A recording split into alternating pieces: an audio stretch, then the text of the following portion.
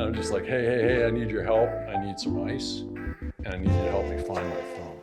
I guess the best way to kick things off is, for people watching, is for you to tell us who you are and what your role is here at Marin. So I'm Matt VanEnkevort. I'm the CEO of Marin Mountain Bikes. You know, you're here to make sure that we make awesome bikes and that we are a great place to work. Are you able to tell people a little bit about your history and what you did to get yourself here? You know, I grew up in interior Alaska, and I was a cross-country ski racer, and I was racing bikes in the summers. It's a real small pond. There's not a lot of people in Alaska, and bike racing is not a big deal.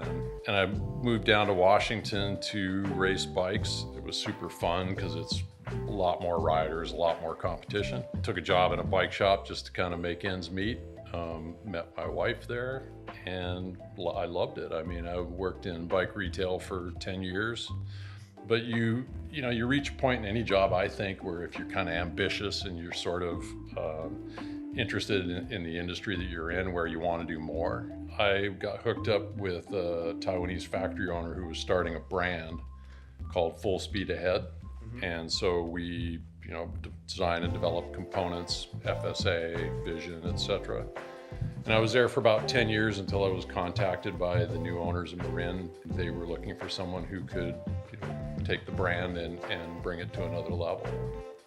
If I had known how much of a challenge it was, I probably would have thought twice about it. It had this amazing history, and it just had kind of gone a little silent in the market.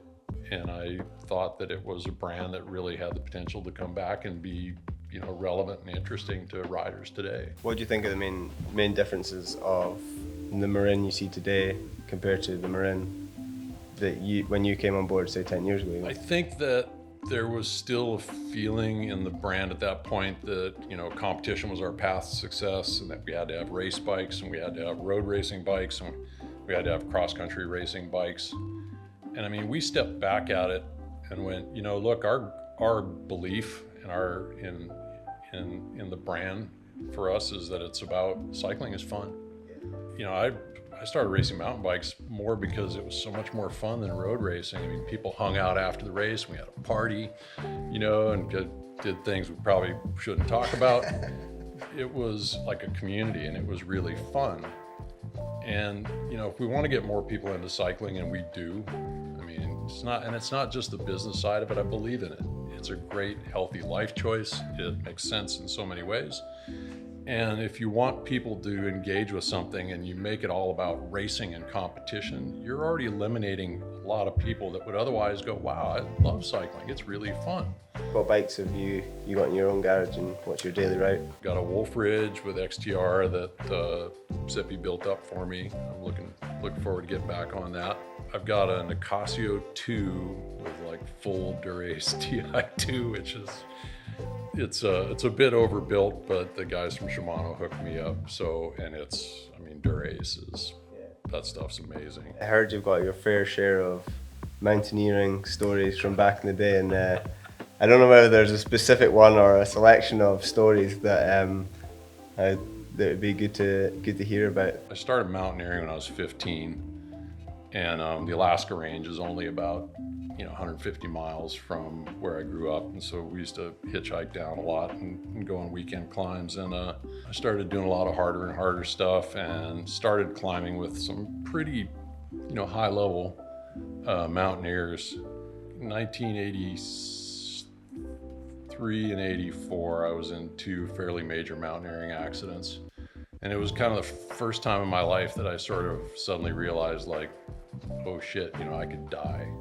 I was a pretty good climber, but I was probably overconfident, and we got like within, I'd say, maybe 100 meters of the summit, but it was getting late in the day, the weather was going south again, and so we rappelled down like 5 pitches, and we got to this big, long, steep snow face, and I stopped because my gaiter, my boot, the cover was coming untied, and I stopped, and my buddy Carl took like 5 steps below me and fractured off probably about a third of the face, about a 4-foot slab avalanche fracture, and I just watched him go, about 2,500 feet down, and into a whiteout. And I mean, you can imagine, I mean, I was freaking out. I think I was 23. And he survived. I found him at the bottom. He was busted up. I mean, bad. What I still love about mountaineering is the simplicity of it. I mean, you think about your career, right? And you're well on your way. I'm towards, the twilight years of mine. And it takes you a lifetime, right, to accomplish all that and to build a company, to build your brand, whatever. But climbing is something you can do, in a day, in a week, in 3 weeks, and you can accomplish, you can summit. And then as you learn later on, that's not actually success. Success is when you get back home.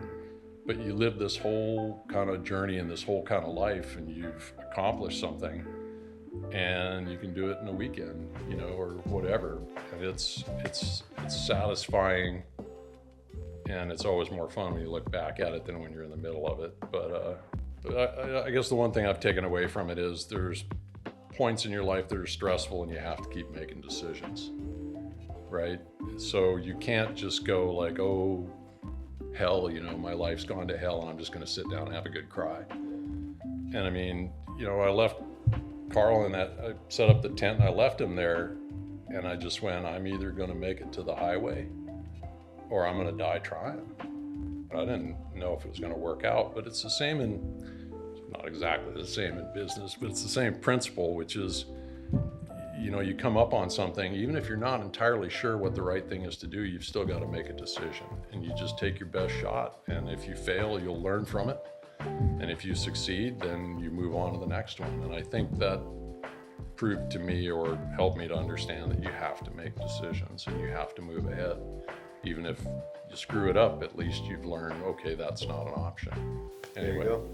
Well, thanks very much. Yep. That was great. Cheers. Yep, absolutely. That was all good.